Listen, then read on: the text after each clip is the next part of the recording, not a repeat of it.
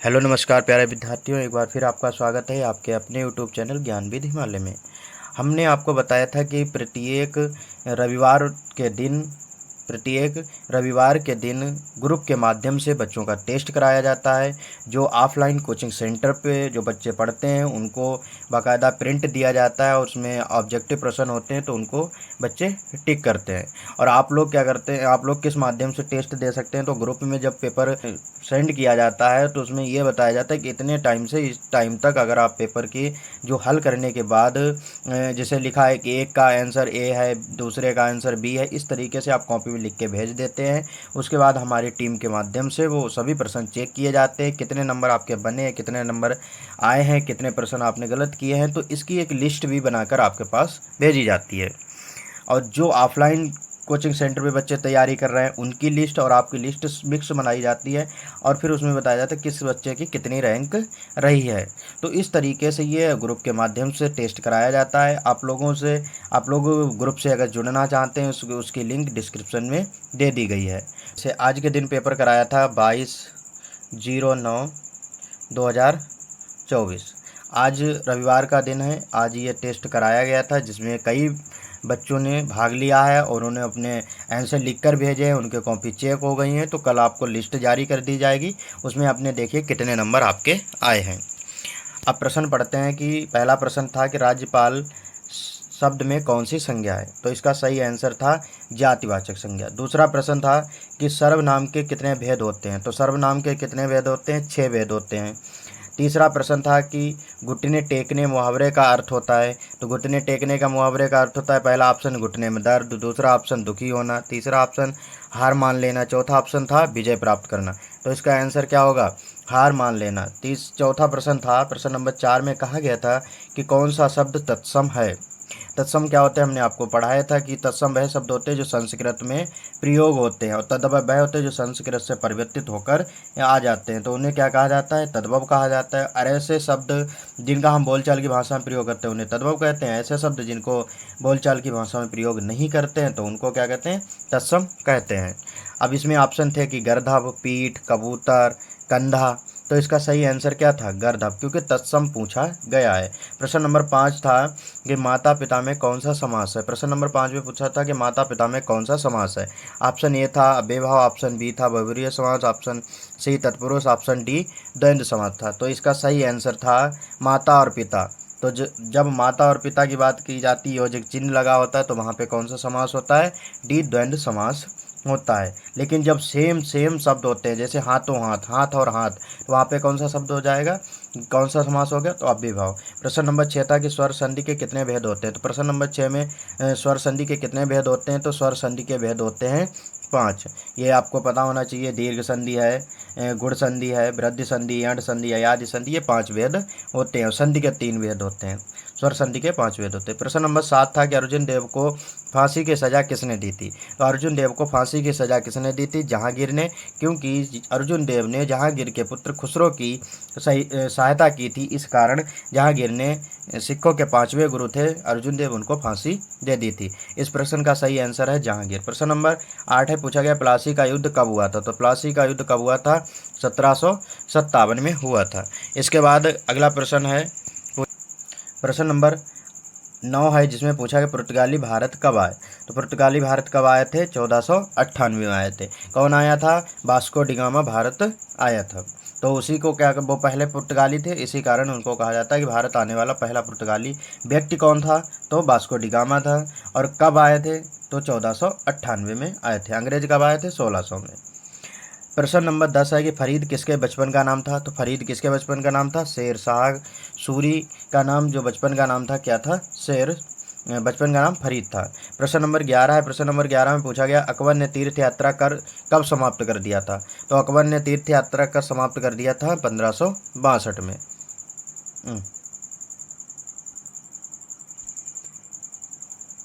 अकबर ने तीर्थ यात्रा कर कब समाप्त किया, तो अकबर ने तीर्थ यात्रा कर कब समाप्त किया था, 1563 में। ऑप्शन नंबर सी सही है।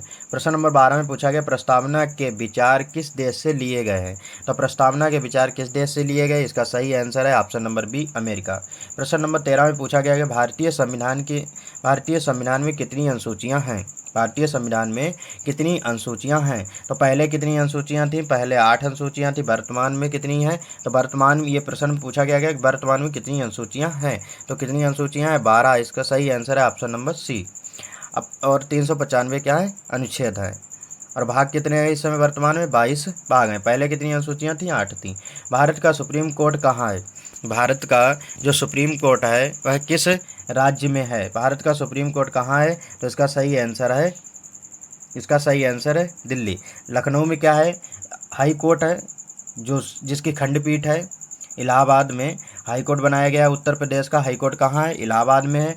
और इलाहाबाद और उसकी खंडपीठ पूछी जाए, हाई कोर्ट की खंडपीठ कहाँ है? वह लखनऊ में। इस प्रश्न का सही आंसर क्या है? Option number C. इस प्रश्न का सही आंसर है ऑप्शन नंबर सी, दिल्ली। अगला प्रश्न पूछा गया था कि भारत संविधान सभा में महिला सदस्यों की संख्या कितनी थी? 15 है। तो कितनी सदस्य थे? महिला सदस्य कितनी थी? तो 15 थी। तो इस प्रश्न का सही जवाब क्या है? Option number B. अगला प्रश्न था प्रश्न नंबर 16 में पूछा गया मानव समय रेखा भारत के कितने राज्यों से गुजरती है? मानव समय रेखा भारत के कितने राज्यों से गुजरती है? तो कितने राज्यों से गुजरती है? 5 राज्यों से, जैसे यूपी, एमपी, छत्तीस, उड़ीसा। यूपी, एमपी, एपी, छत्तीस, उड़ीसा। कितने हो गए? देखो सुनिए, यूपी, एमपी, एपी, छत्तीस, उड़ीसा। यूपी से उत्तर प्रदेश, एमपी से मध्य प्रदेश, एपी से आंध्र प्रदेश, छत्तीस उड़ीसा, छत्तीसगढ़ और उड़ीसा। ये 5 राज्यों से मानव समय रेखा भारत से गुजरती है। अगला प्रश्न 17 था। 17 नंबर में पूछा गया है कि किसने कहा कि पृथ्वी नारंगी है? तो किसने कहा था पृथ्वी नारंगी है? तो न्यूटन ने कहा था। इस ऑप्शन में थोड़ा न्यून लिख गया है, तो इसका सही आंसर है न्यूटन। अगला प्रश्न है 18। माउंट एवरेस्ट की लंबाई कितनी है? तो माउंट एवरेस्ट की लंबाई कितनी है? कुछ प्रश्न बच्चे ये गलत करके आए हैं कि 8,848, लेकिन एक बात समझिए कि यहाँ पे किलोमीटर लिखा है, लेकिन आंसर क्या होना चाहिए? मीटर में होना चाहिए। तो वर्तमान में 2 मीटर बढ़ गई है, तो इस समय कितनी है? 8,050 मीटर है। 8,850 मीटर लंबाई है। अब पूछा गया है प्रश्न नंबर 19 है, उसमें पूछा गया था पृथ्वी अपने अक्ष पर कितनी झुकी है? तो पृथ्वी अपने अक्ष पर कितनी झुकी है? 23.5 डिग्री झुकी हुई है। लीप ईयर में फरवरी कितने दिन की होती है? तो लीप ईयर में फरवरी कितने दिन की होती है? 29 दिन की होती है। क्यों? हमने आपको बताया था कि 365 दिन 6 घंटे, 365 दिन 6 घंटे एक ईयर हो जाती है। तो इस तरीके से जो साधारण ईयर होती है वो कितने दिन की होती है? 365 दिन 6 घंटे। लेकिन यही 4 साल में कितने घंटे हो जाते हैं? 24। तो एक दिन बढ़ जाता है, तो इसी कारण क्या हो जाता है? फरवरी 29 तारीख की हो जाती है। अब पूछा जाता है, अगला प्रश्न पूछा गया है 21 नंबर प्रश्न है, उसमें पूछा गया है कि फ्लोरीकल्चर में किसका अध्ययन किया जाता है? तो फ्लोरीकल्चर में किसका अध्ययन किया जाता है? तो फ्लोवर से याद रखना, फूल। क्या? फ्लो लिखा है, फ्लोवर से क्या होता है? फूल। तो फ्लोरीकल्चर में किसका अध्ययन किया जाता है? फूलों का अध्ययन किया जाता है। प्रश्न नंबर 22 है, सबसे बड़ी कोशिका किसमें पाई जाती है? तो सबसे बड़ी कोशिका किसमें पाई जाती है? इसका सही आंसर है शुतुरमुर्ग के अंडे में। पूछा गया प्रश्न नंबर 23, सर्वग्राही ब्लड ग्रुप किसे कहा जाता है? सर्वग्राही ब्लड ग्रुप किसे कहा जाता है? तो इसका सही आंसर है option number C, A B. A B को क्या कहा जाता है? सर्वग्राही कहा जाता है। ओ को क्या कहा जाता है? सर्वदाता ब्लड ग्रुप कहा जाता है। कितने दांत 2 बार उखड़ते हैं या टूटते हैं? तो कितने दांत 2 बार उखड़ते हैं? तो ऑप्शन नंबर डी, 20। प्रश्न नंबर 25 में पूछा था विद्युत धारा का मात्रक क्या है? तो विद्युत धारा का मात्रक है एम्पियर। विद्युत धारा का मात्रक क्या है? एम्पियर है। और कैंडेला किसका मात्रक है? ज्योति तीव्रता का है। अब अगला प्रश्न नंबर बताइए 26। प्रश्न नंबर 26 में पूछा दूध से मक्खन निकालते समय कौन सा बल लगता है? दूध से मक्खन निकालते समय कौन सा बल लगता है? तो अपकेंद्रीय बल लगता है। आप लोग कमेंट करके बताइए कि मौत के कुएं में जो गाड़ी चलाई जाती है वो कौन से बल के कारण चारों तरफ घूमती रहती है? तो इसका आप लोग कमेंट के माध्यम से जवाब देना है। अब प्रश्न नंबर 27 था। प्रश्न नंबर 27 में पूछा गया है कि जड़त्व का नियम किसने दिया था? जड़त्व का नियम किसने दिया था? तो न्यूटन ने दिया था। न्यूटन ने कितने नियम दिए थे? न्यूटन ने 3 नियम दिए थे। अब पूछा जाता है प्रश्न नंबर 28 में इंद्रधनुष में कितने रंग होते हैं? तो इंद्रधनुष में कितने रंग होते हैं? 7 रंग होते हैं। 29 नंबर प्रश्न था जिसमें पूछा गया है कि रक्त का पीएच मान कितना होता है? तो रक्त का पीएच मान कितना होता है? 7.4 होता है। गैस के गुब्बारे में कौन सी गैस भरी होती है? तो गैस के गुब्बारे में कौन सी गैस भरी होती है? सबसे जो हल्की गैस होती कौन सी? हीलियम। तो हीलियम गैस के गुब्बारे में भरी होती है, जिसके कारण गुब्बारे को छोड़ने पर वह आसमान में चला जाता है। किस गैस के कारण? किस गैस के कारण? तो हीलियम गैस के कारण। अगला प्रश्न है अब रीजनिंग के प्रश्न प्रारंभ हो गए हैं। 31 से 50 तक जो प्रश्न है वह रीजनिंग के हैं। अब जैसे प्रश्न नंबर ये था, ए बी की माँ है, ए बी की माँ है, सी ए का पुत्र है, डी ई का भाई है, ई बी की पुत्री है, तो ई की दादी कौन है? तो इसका सही आंसर था ऑप्शन नंबर ए। आप लोग अपनी कॉपी में चेक करते रहिए कितने नंबर हमारे सही हैं। तो इस तरीके से ये ब्लड ग्रुप का, इस तरीके से आप लोग क्वेश्चन कर लेंगे। या ब्लड रिलेशन का क्वेश्चन था, रक्त संबंध से संबंधित प्रश्न था, तो आप लोग पढ़ेंगे चैप्टर को और अच्छे तरीके से इस प्रश्न को करे होंगे, ये आपसे हमें उम्मीद है। अब प्रश्न नंबर 32 है। प्रश्न नंबर 32 में पूछा गया है कि जोड़ का अर्थ क्या है? भाग, माइन, और घटाने का अर्थ क्या है? जोड़, और गुणा का अर्थ है घटाना, और भाग का अर्थ है गुणा। तो इसको क्या करना है कि इसमें ये सिद्ध करना है कि जैसे लिखा है 8 भाग 4 और घटाना 6 जोड़ 3 गुणा 4 लिखा है। तो इसको क्या करना है, इसको हल करने के बाद कौन सा ऑप्शन आएगा? तो इसका सही आंसर था ऑप्शन नंबर डी 30। अब प्रश्न पूछा गया 33 में असंगत पहचानिए। तो अगर असंगत पहचानना था कौन सा हो जाएगा? 25, क्योंकि बाकी क्या है भाज्य संख्याएं हैं, ये भाज्य संख्या है। 25 क्या है? 5 से विभाजित हो जाती है।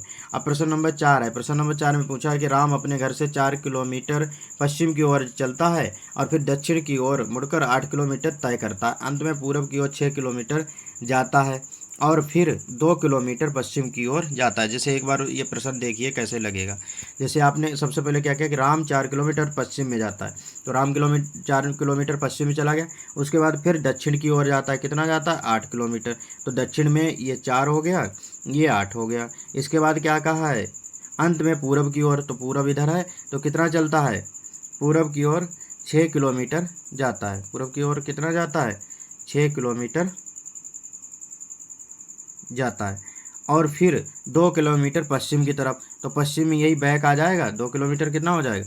बैक में आ जाएगा। तो अब ये दूरी पूछी गई, ये दूरी कितनी है?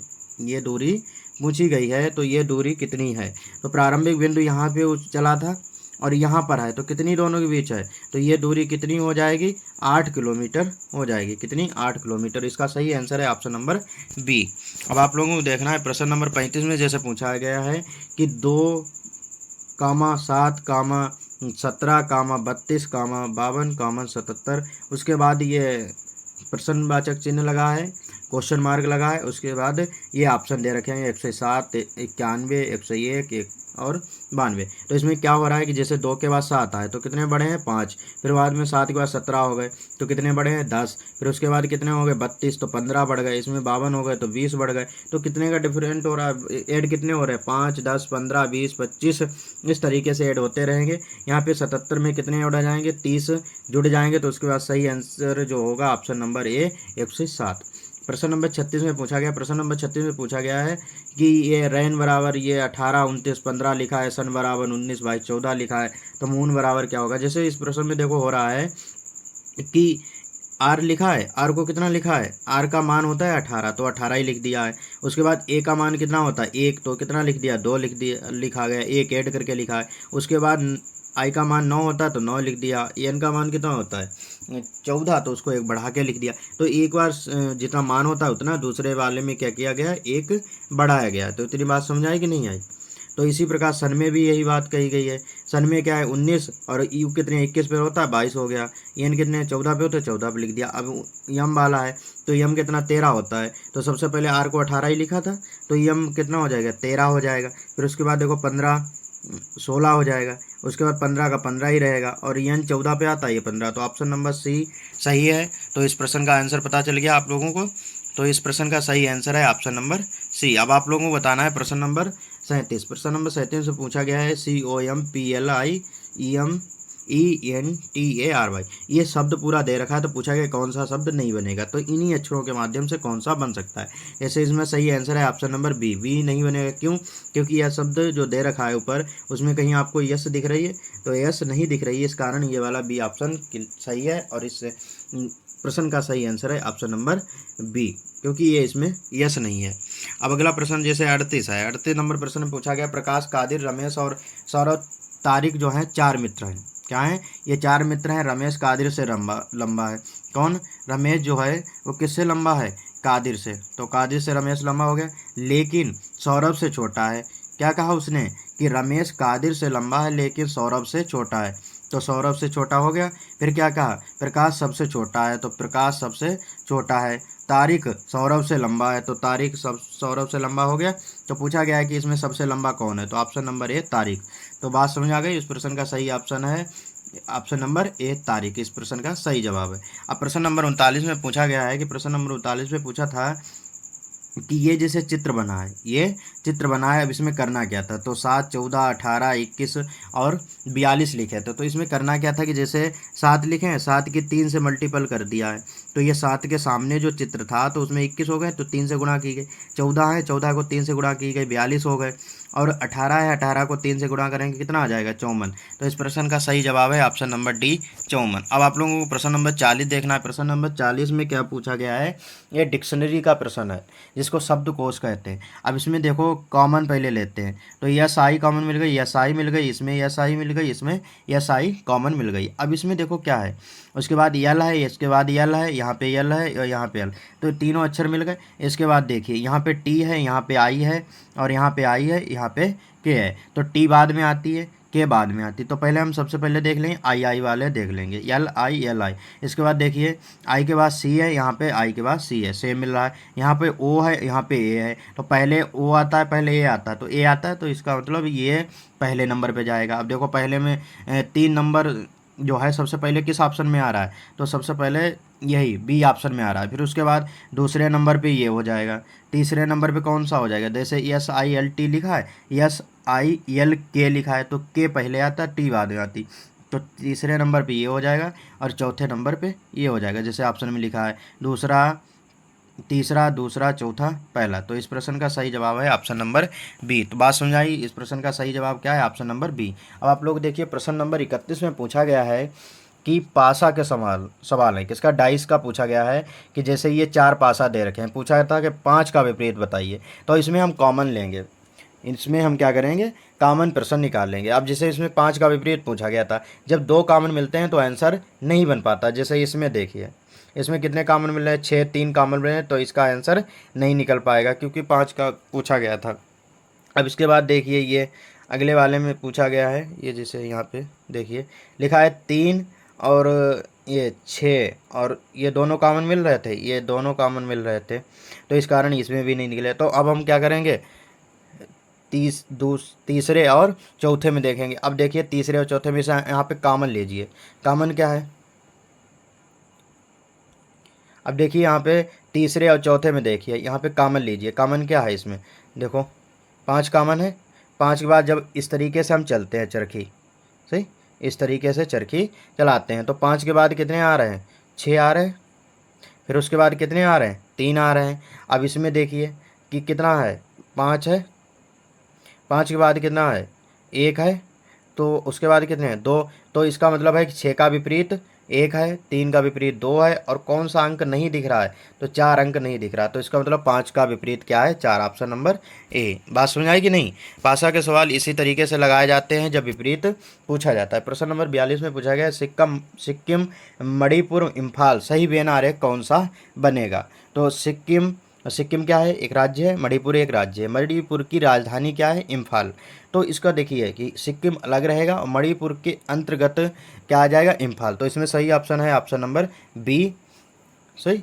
अब इसके बाद देखिए प्रश्न नंबर 44 है। प्रश्न नंबर 44 में पूछा गया था कि सरल कोण कितने डिग्री का होता है, और सरल कोण को क्या कहते हैं, रिज कोण भी कहते हैं। क्या, रिज कोण भी कहते हैं। तो रिज कोण तो बच्चे जानते थे लेकिन सरल कोण नहीं जानते थे, इसलिए कई बच्चों ने प्रश्न ये गलत कर दिया था। तो इसका सही आंसर है ऑप्शन नंबर ए, 180 डिग्री। अब पूछा गया है प्रश्न नंबर 47 था। प्रश्न नंबर 47 में ये आप लोगों को हल करना था, तो आप लोग यहाँ पे जगह कम है तो इसलिए हल करने में थोड़ी दिक्कत रहेगी, तो आप लोग कॉपी पेन में हल कर सकते हैं, और इसका आंसर आएगा ऑप्शन नंबर बी, 1। इसके बाद जो प्रश्न है 48 नंबर, उसमें पूछा गया था कि 0.5 प्लस 0.05 प्लस 0.005 का योग कितना होगा। तो इसका योग जो आएगा इस तरीके से आएगा, जैसे ये 0.555। अब इसको पॉइंट हटाएंगे तो नीचे कितने आ जाएंगे, 1000 आ जाएंगे। तो बात समझ आएगी नहीं आई?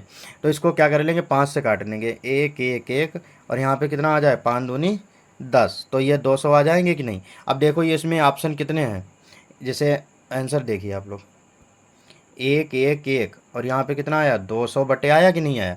तो इसमें ऑप्शन नंबर बी, तो इसका सही आंसर क्या है, ऑप्शन नंबर बी। कौन सा है, ऑप्शन नंबर बी है, क्योंकि 111 बटे 200 आ रहा है, 111 बटे 200 इसका सही आंसर है। इसको हम क्या कर देंगे बाद में, 555 को अपान 1000 को डिवाइड कर देंगे 2 से, तो ये बात समझ आई? तो ये 111 अपान 200 आएगा। बात समझ आई कि नहीं आई? अगला प्रश्न देखिए, प्रश्न लास्ट है, जैसे लास्ट के बाद एक और प्रश्न है कि दो संख्याओं का लासा और मासा 180 है और 3, मतलब लासा जो है वो 180 है, मासा 3 है। यदि एक संख्या 45 है तो दूसरी संख्या क्या होगी? तो इसका फार्मूला होता है लासा गुणे मासा बराबर पहली संख्या और गुणे दूसरी संख्या। तो उससे क्या कर देंगे, 45 से हम इन दोनों को क्या कर देंगे, क्या करेंगे, डिवाइड कर देंगे। तो यही इनकी दोनों की गुणा हो जाएगी, जैसे 180 है 540 हो जाएगा कि नहीं? 540 को 15 से भाग दे देंगे और इसका आंसर आ जाएगा कितना आ रहा है, काटिए एक बार आप लोग